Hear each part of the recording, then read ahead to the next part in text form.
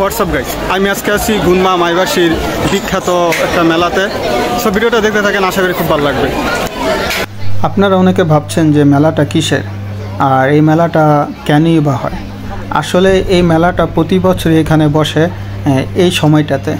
আর আপনাদেরকে আমি আগের ভিডিওতে বলা হয়েছিল যে এখন একটা উৎসব চলতেছে বা সৃষ্টিকর্তার কাছে চাওয়ার যে উৎসবটা সেটা হলো পাতাবানা উৎসব। এই উৎসবে মূলত জাপানিরা মনে করে যে তাদের জীবনের যে চাওয়া পাওয়া আছে সেগুলি তারা কাগজে লিখে এটা গাছের মধ্যে ঝুলিয়ে দেয়। কারণ সৃষ্টিকর্তা, তারা মনে করে যে সৃষ্টিকর্তা তাদের ওই লেখা প্রত্যেকটা চাওয়া বা স্বপ্নগুলি একে একে পূরণ করবে। আর সেই উৎসবের জন্যই আজকে এই মেলাটা। আর এটা প্রতি বছরই যতটুকু জানি এটা বসে, আর এই জায়গাতেই বসে। তো আজকে মেলার হলো আজকে ফার্স্ট ডে, মানে প্রথম দিন। আর প্রথম দিন আজকে যেহেতু আবার আমার অফ ডে, তাই আমি চলে আসছি। আর এটা আমার এলাকাতে এবং আমার বাসার পাশেই। এটা বিশাল একটা বড় মার্কেট। আর আরেকটা বিষয়, এই এরিয়াতেই মূলত বিভিন্ন ধরনের ক্লাব, বিভিন্ন ধরনের যে মার্কেটিং এরিয়া পুরোটাই আমাদের এই এরিয়াতেই।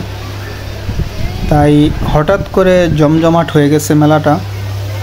আর আপনারা যদি একটু ফলো করেন, এই যে দেখেন এখানে মূলত মেলাতে আমাদের বাংলাদেশের মতোই বিভিন্ন ধরনের খাবারের যে দোকানগুলি বসে ওরকম। এই যে তাদের ঐতিহ্যবাহী বিভিন্ন পিকচার নিয়ে যে পুতুলগুলি, ওই সব পুতুল। আর এটা হলো অক্টোপাস, মাছ দিয়ে কি আইটেম বানায় এটা আমি জানি না।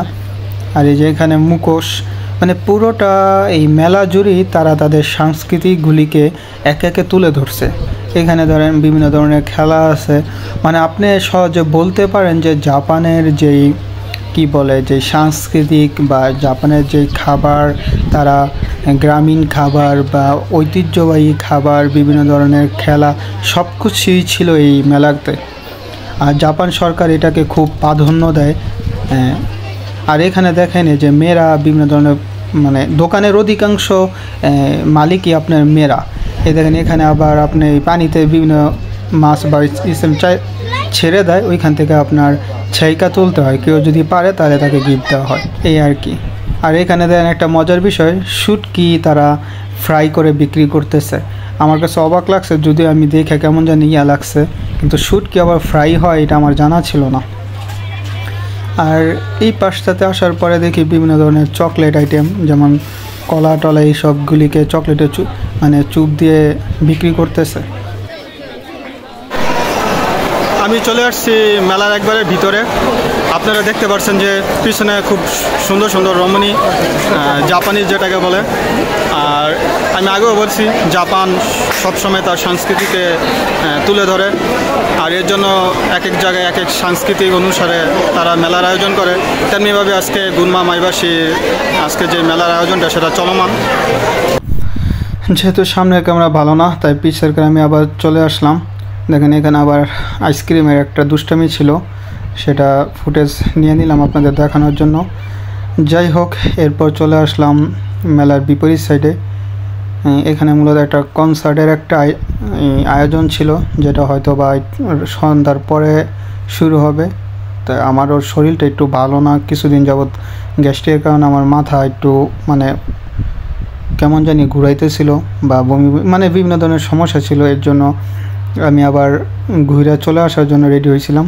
দেখেন এখানে মূলত বেশিরভাগ দোকানদার বা দোকানই করে মেয়েরা, বেশিরভাগ দোকান মেয়েরাই। আর দেখেন এখানকার মেলা খুবই সুন্দর এবং স্নিগ্ধতা বা নীরবতার মধ্য দিয়ে পালন হচ্ছে। এখানে এত হইচই বা এত কিছু নেই, কিন্তু সবাই আসছে, প্রচুর লোক আসছে, যেটা বলা বাহুল্য। আর এত গরম যেটা বলে বোঝানো যাবে না। এরপরে এখানে আসার পর আমি আসলে পুরোটা মুগ্ধ হয়ে গেছি। দেখেন কি করতেছে দুষ্টাইমি। আর এখানে যে মাছ ছেড়ে দিছে, একটা জালি দিবে, এটা দিয়ে যদি আপনি মাছ ধরতে পারেন তো যে মাছটাই ধরবেন সেটা আপনাকে দিয়ে দিবে। আর এখানে আইসা তো আরও বিভিন্ন ধরনের খেলনা টেলনা বিক্রি করতেছে। মনে হলো যেটি একটু অন্য তৃতীয় লিঙ্গের মানুষ। যাই হোক, এরপর আবার ভিতরের দিকে হাঁটা শুরু করলাম। দেখেন এখানে পুরোটা মার্কেটে তারা কিভাবে সাজাইছে। আসলে বলতেই হয় যে জাপানের সংস্কৃতিগুলিকে তারা এত পরিমাণ যেটা আপনাদের বোঝাতে পারবো না। দেখেন সরকার কর্তৃক এত সুন্দর আয়োজন তাদের করে দেয় শুধুমাত্র জনগণকে একটু মানে এনজয় দেওয়ার জন্য, যেন জনগণ এগুলিকে ফিল করে বা এগুলিকে উদযাপন করে। হ্যাঁ, এটা শুধু যে আমাদের এখানে এরকম না, এটা পুরোটা আপনার জাপানে এক এক জায়গায় এক এক রকমভাবে হচ্ছে। আর অবশ্যই এটা সরকার কর্তৃক, এটা নিজেদের কোনো অর্থায়নে না। আর এই যে সবাই গরমে আপনার হাতে ফ্যান নিয়ে দৌড়াইতেছে আর কি। আর এখানে এসে পরে আমি তো অবাক, দেখি সাইকেলে আপনার হ্যান্ডেল দিলে উপরে ওইটা ঘুরতেছে। তা আমাকে যে আবার বলতেছে যে তুমি বসো, আমি ভিডিও করে দিই। আমাকে দরকার নাই। এরপরে এখানে এসে দিয়ে আবার এই বাচ্চারা মানে ওই কী বলে আমাদের দেশে আছে গুলি করার পর যেটা উঠে ওইটা তার। সত্যি কথা শুধু এতটুকুই বলবো, গণক কখনো তার ভাগ্য বদলাতে পারে না, আর আলেমের বাসায় কখনো মিলাদ হয় না, ডাক্তারের ওয়াইফের কখনো সিজার লাগে না। তো আবেগের বশবর্তী না হয়ে নিজের ভবিষ্যৎ বা নিজের জিনিস নিয়ে নিজে চিন্তা করুন, নিজে ভালো থাকুন, আর পারবর্তীকে নিয়ে ভালো থাকুন, পরিবারকে নিয়ে ভালো থাকেন। তো আসসালামু আলাইকুম।